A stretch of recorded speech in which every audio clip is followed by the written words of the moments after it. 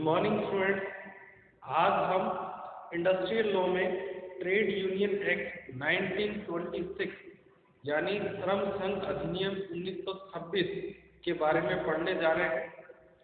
Trade union act ये labour law और industrial law का एक बहुत ही इम्पोर्टेंट एक्ट है या लेजिस्लेशन है। और ये जो एक्ट है ये एक प्रकार से जो इंडस्ट्रियल डेमोक्रेसी है, औद्योगिक प्रजातंत्र है, उसको स्टेब्लिश करने के लिए बनाया गया है। तो आइए समझते हैं ट्रेड यूनियन एक्ट, इसके पीछे क्या थॉट्स थे और किसके लिए ये बनाया गया और क्या प्रोविजंस है। तो देखिए, सबसे पहले हम बात करते हैं एसोसिएशन ऑफ फ्रीडम।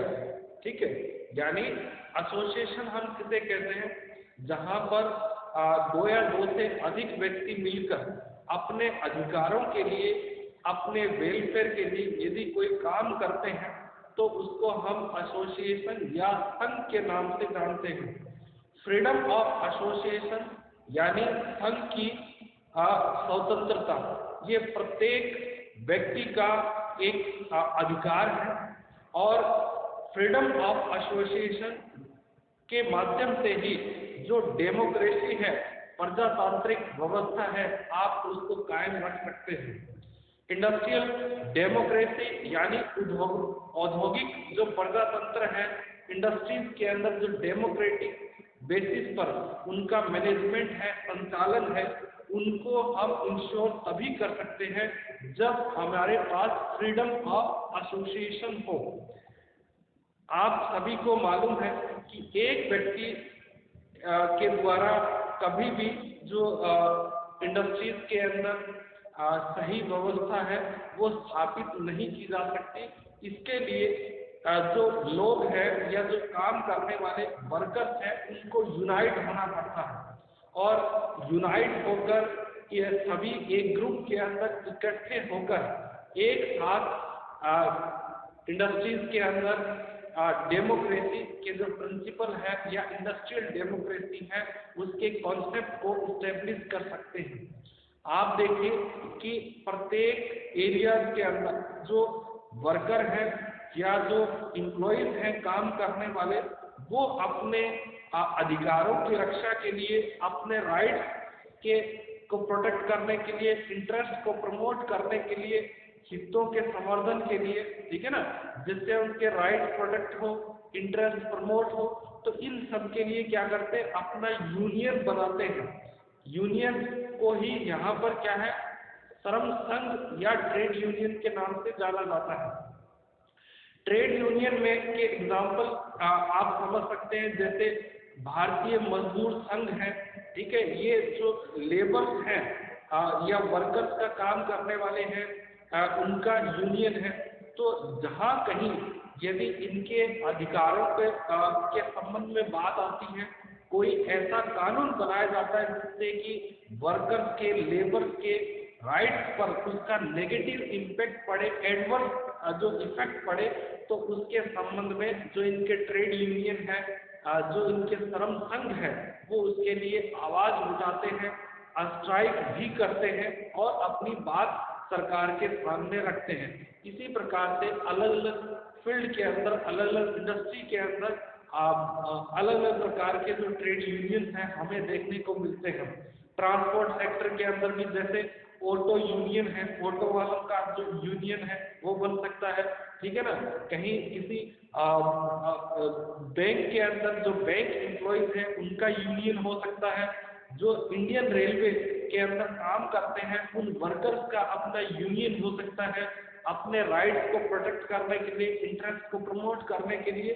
तो इस प्रकार से ये जो ट्रेड यूनियन है ये अपने मेंबर्स के राइट्स को प्रोटेक्ट करने के लिए, प्रमोट करने के लिए बनाया जाता है। एक प्रकार का ग्रुप है, लोगों का एसोसिएशन है, ठीक है, जिससे कि वह जहाँ पर काम कर रहे हैं उस प्लेस पर जो भी उनके राइट्स बनते हैं उन राइट्स को वो प्राप्त कर सकें, और जो भी आवश्यक जो उनको फैसिलिटी मिलनी चाहिए उसकी डिमांड कर सके कलेक्टिवली, सामूहिक रूप से, ताकि जो बार्गेनिंग पावर है जो लेबर्स का, वर्कर्स का, एम्प्लॉइज का उसको शो कर सके और उसके आधार पर अपनी बात को मनवा सके। तो इसके लिए ये जो ट्रेड यूनियन है, ये इसका जो कॉन्सेप्ट है वो डेवलप किया गया। अब देखिए, आप ट्रेड यूनियन को रेगुलेट करने के लिए जो भी ट्रेड यूनियन इंडिया में वर्क करते हैं वो किस प्रकार से काम करेंगे, किस प्रकार से जो एसोसिएशन ऑफ फ्रीडम है, यानी जो लोगों का ग्रुप है उसकी स्वतंत्रता को कैसे कायम रखना है, कैसे इंडस्ट्रियल डेमोक्रेसी को स्टेब्लिश करना है, तो इसके लिए गवर्नमेंट ने एक लेबर लेजिस्लेशन लॉ बनाया है जिसका नाम है ट्रेड यूनियन एक्ट 1926, यानी श्रम संघ अधिनियम 1926। ठीक है ना, आप नाम से समझ गए होंगे कि ये श्रमिकों के संघ की बात कर रहे हैं। यहाँ पर श्रमिक का जो मीनिंग है वो लिमिटेड नहीं है। श्रमिक का मतलब केवल श्रमिक से नहीं है, उसमें बहुत सारे अलग अलग प्रकार के एम्प्लॉइज हैं या व्यक्ति है, उनको शामिल किया जाता है। और इनके बारे में कौन कौन श्रमिक की कैटेगरी में है या कौन व्यक्ति है ट्रेड यूनियन स्टैब्लिश कर सकते हैं, तो इनके बारे में हम आगे डिस्कस करेंगे। अब देखिए, इसका मैं जो इंट्रोडक्शन आपको बताना चाहूँगा, ये जो ट्रेड यूनियन एक्ट 1926 है, ये 1 जनवरी और 1927 को भारत में एप्लीकेबल हुआ, भारत में इन्फोर्स हुआ। ठीक है ना, यानी 1 जून 1927 को भारत के अंदर ये लागू हुआ। और पहले ये जम्मू कश्मीर में और यूनियन जो टेरिटरी थी वहां पर लागू नहीं होता था, परंतु बाद में ये पूरे भारत के अंदर लागू होना शुरू हो गया और वर्तमान में पूरे भारत में, ठीक है, इंक्लूडिंग जम्मू एंड कश्मीर, ये अप्लाई होता है। अब इसके लिए एक और मैं आपको इम्पोर्टेंट बात बताना चाहूँगा कि जो भारत का फर्स्ट ऑर्गेनाइज जो ट्रेड यूनियन था वो उसका नाम था मद्रास लेबर यूनियन। ठीक है ना, ये मद्रास लेबर यूनियन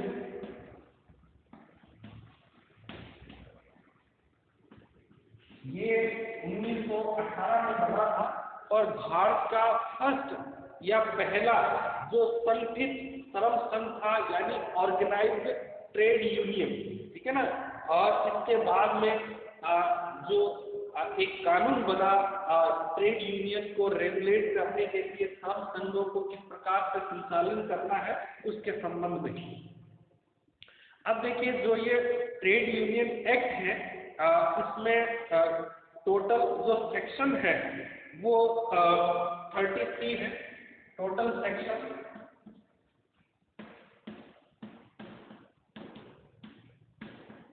33 सेक्शन है और ये कोई ज़्यादा लेंथी एक्ट नहीं है, बहुत ही छोटा एंड बहुत ही मज़ेदार एक्ट है जिसको आप पढ़ के बहुत अच्छी तरीके से समझ सकते हैं, कोई मुश्किल नहीं है।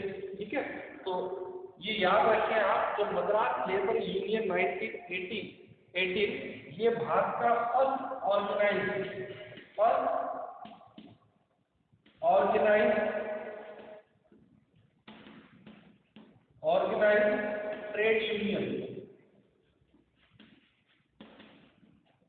ट्रेड यूनियन था।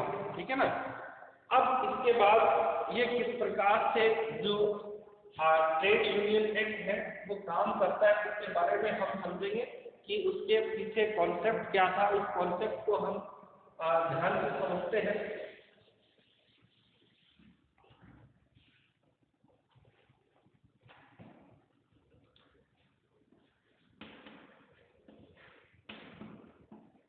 देखिए, ये एक प्रकार से जो ट्रेड यूनियन है वो क्यों बनाया जाता है। ठीक है, जब जो एम्प्लॉइज होते हैं, ठीक है ना, या इंडस्ट्रियल डिस्प्यूट होता है, आप उसको इजी टर्म में समझे, इंडस्ट्रियल डिस्प्यूट होता है, कोई औद्योगिक विवाद होता है, तो उस विवाद को कैसे उसका समाधान करना है। ठीक है ना, और विवाद, औद्योगिक विवाद हम किसे कहते हैं ये समझना जरूरी है सबसे पहले। तो औद्योगिक विवाद के निपटारण के लिए देखिए जो ट्रेड यूनियन बनाए जाते हैं ताकि उद्योगों के अंदर उसका सही संचालन हो और कर्मचारियों के जो हित है, उनके राइट है, उनके इंटरेस्ट है, उनको प्रमोट किया जा सके, प्रोटेक्ट किया जा सके, ठीक है ना। तो यहाँ पर क्या है, एक वर्कर यदि अपनी बात रखता है तो फिर उसकी बात नहीं सुनी जाती, परंतु यदि वो कलेक्टिवली सामूहिक रूप से अपनी बात रखते हैं तो उसकी बात को समझा जाता है, सुना जाता है और उस पर एक्शन लिया जाता है। तो ये एक प्रकार से ट्रेड डिस्प्यूट नहीं हो, और ट्रेड डिस्प्यूट हो तो उसका पीसफुली कैसे सेटलमेंट करना है, तो उसके लिए जो ट्रेड यूनियन का रोल बहुत बड़ा है। तो यहाँ पर सबसे पहले हम समझेंगे कि इंडस्ट्रियल डिस्प्यूट क्या होते हैं, ठीक है। तो यहाँ पर देखिए, सबसे पहले हम बात करते हैं employee and employee.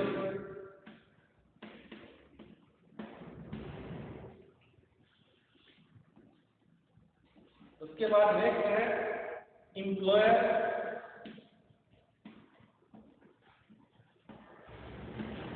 And employer. Next है एम्प्लॉयर एंड एम्प्लॉयज।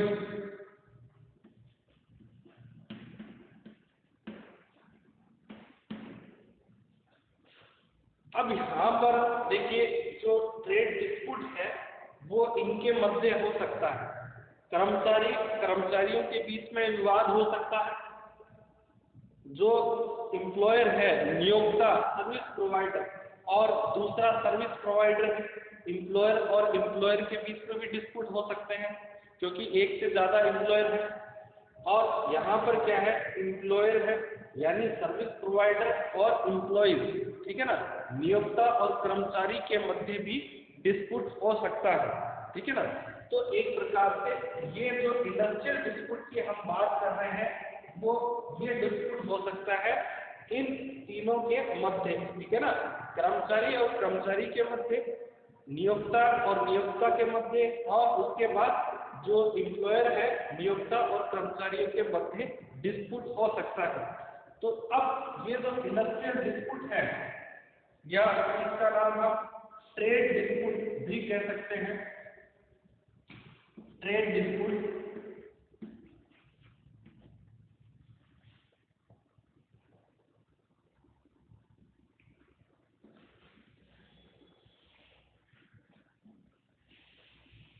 ये जो ट्रेड डिस्प्यूट है वो किसके संबंध में हो सकता है, तो यहाँ पर हम 3 पॉइंट के माध्यम से इसको समझेंगे।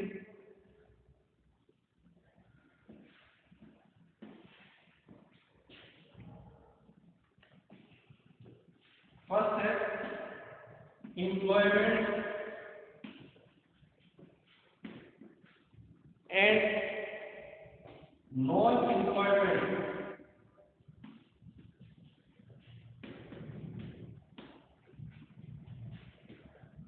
सेकेंड है terms of employment.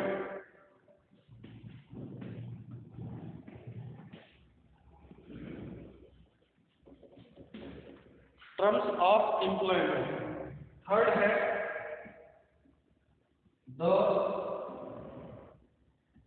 Condition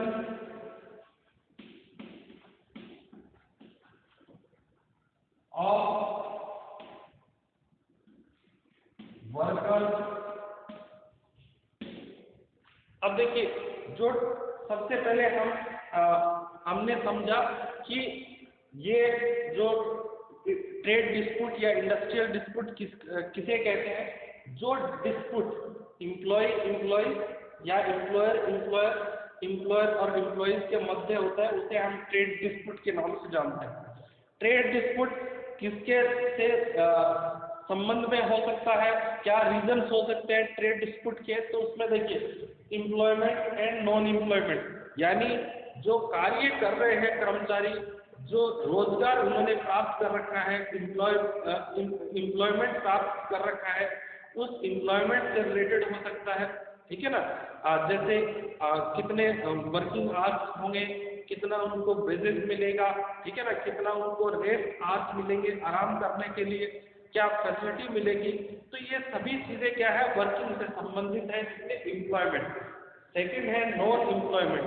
non employment का मतलब क्या है, जो काम से हटकर है, जैसे कर्मचारी है, कितनी उस एक प्रकार से वीकेंड छुट्टियां कितनी मिलेगी, ठीक है ना, उसको एडिशनल फैसिलिटी क्या मिलेगी, तो ये उस बोनस का सिस्टम क्या है, तो ये नॉन एम्प्लॉयमेंट।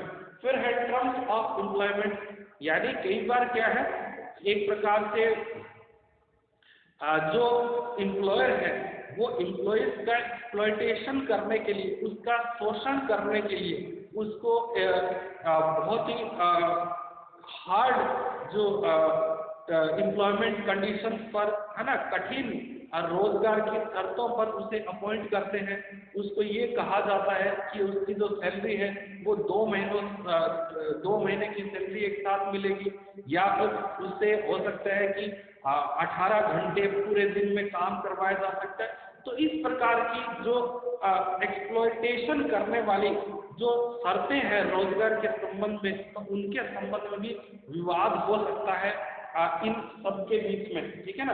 फिर है द कंडीशंस ऑफ वर्कर, जहां पर कर्मचारी काम कर रहा है जिस फैक्ट्री के अंदर, वहां पर वर्कर का वर्किंग कंडीशन क्या है, वर्क प्लेस कैसा है, वहां पर फैसिलिटी कैसी है, क्या कर्मचारियों को पीने के लिए पानी मिल रहा है, सही शुद्ध पानी है, या उनके लिए जो टॉयलेट है, बाथरूम है, उनकी फैसिलिटी कैसी है, जहां पर काम कर रहे हैं उस हॉल में क्या वेंटिलेशन पर्याप्त मात्रा में है, क्या वहां पर लाइटिंग ठीक तरीके से काम कर रही है, और जो एम्प्लॉयर है क्या कहीं एक्सप्लॉयटेशन तो नहीं कर रहा, ओवर टाइम जो वर्क कर रहे हैं उसके संबंध। एक प्रकार से ये सभी जो भी रीजन है जिसकी वजह से ट्रेड डिस्प्यूट होते हैं, इंडस्ट्रियल डिस्प्यूट होते हैं, तो उनके पीछे रीजन क्या है, जनरली हम यदि सिंपल कैटेगरी के अंदर डिवाइड करें, क्लासिफाई करें, तो वो है एम्प्लॉयमेंट और नॉन एम्प्लॉयमेंट से related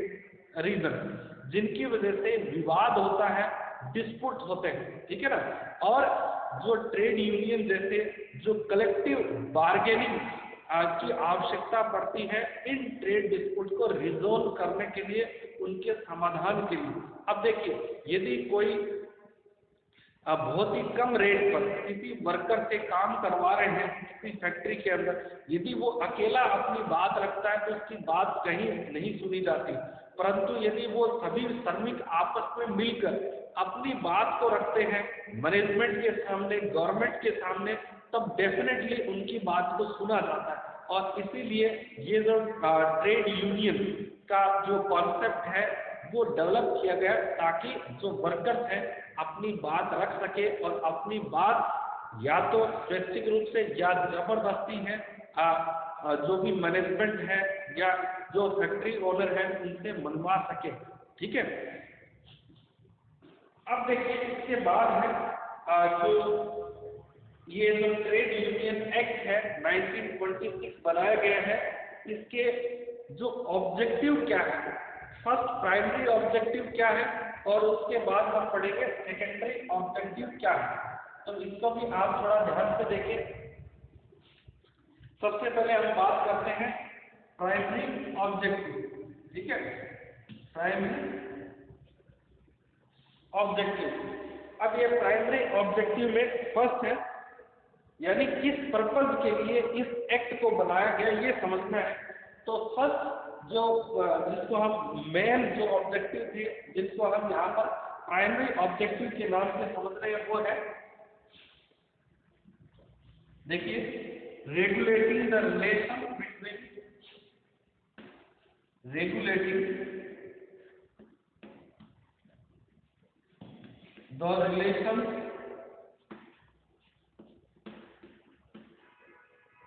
between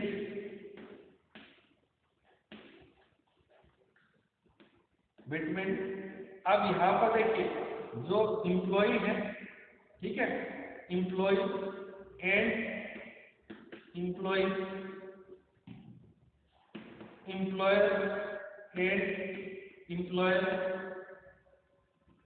employer and employee, तो इन सब के मध्य जो रिलेशन है उनको रेगुलेट करना है, ताकि सभी जो स्टेक होल्डर है वो शांति से और सुविधा पूर्वक जो फैक्ट्री के अंदर, इंडस्ट्री के अंदर काम कर सके और किसी को भी कोई परेशानी या प्रॉब्लम नहीं हो।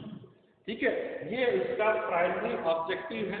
यानी जो एम्प्लॉय एंड एम्प्लॉय इनके बीच का जो रिलेशन है उनको हम एक तरीके से रेगुलेट कर सके। एम्प्लॉयर एंड एम्प्लॉयर यानी नियोक्ता और नियोक्ता के मध्य रिलेशन है, या एम्प्लॉयर एंड एम्प्लॉयज के बीच का रिलेशन है। इन सबको सही तरीके से रेगुलेट करने के लिए इस एक्ट की जरूरत महसूस की गई। अच्छा, नेक्स्ट है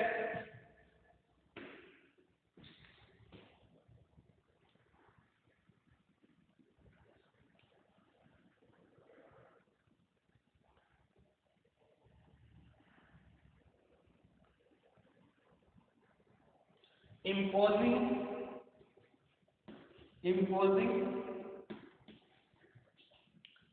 restrictive conditions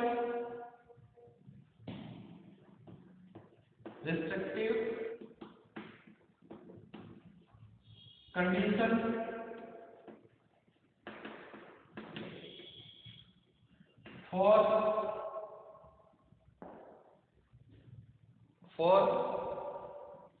conduct of business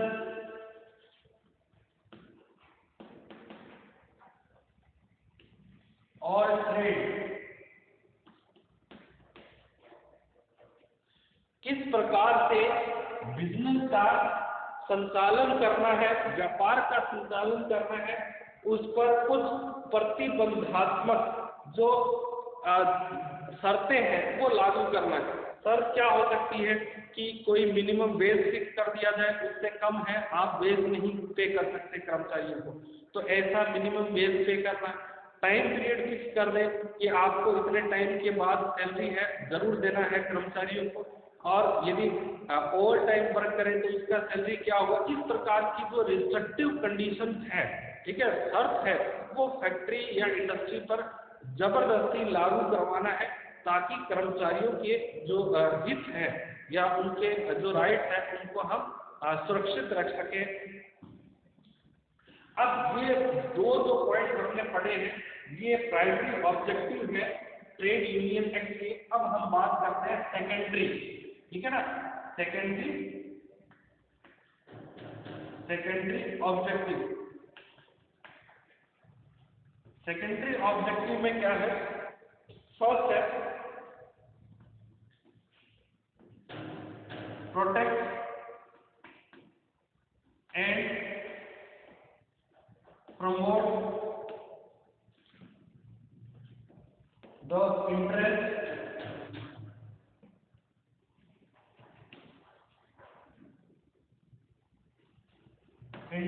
of member। जो भी ट्रेड यूनियन के मेंबर हैं उनके इंटरेस्ट को प्रोटेक्ट करना है और प्रमोट करना है। ठीक है, ये इंटरेस्ट किससे रिलेटेड होंगे? ये एम्प्लॉयमेंट और नॉन एम्प्लॉयमेंट से रिलेटेड हो सकते हैं। ठीक है, नेक्स्ट है protect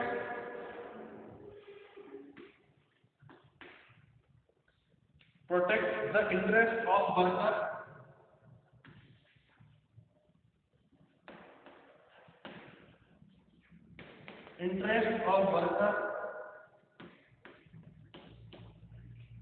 interest of worker against discrimination, and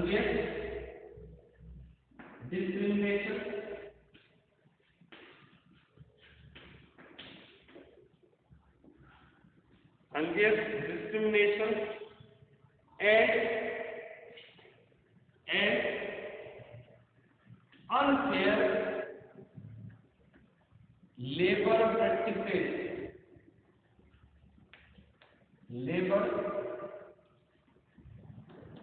practices।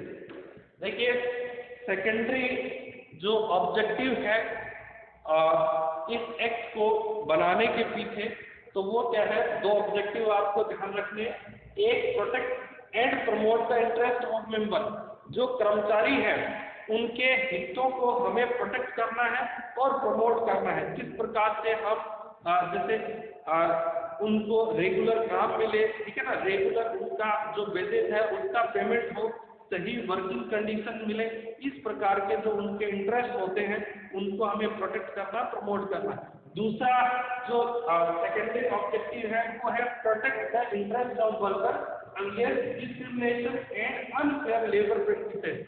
देखिए, जो अनुचित व्यवहार किया जाता है वर्कर के साथ, लेबर के साथ, उस अनुचित व्यवहार को रोकना है ताकि जो कर्मचारी है उनके इंटरेस्ट को हम प्रमोट कर सके, प्रोटेक्ट कर सके, ठीक है।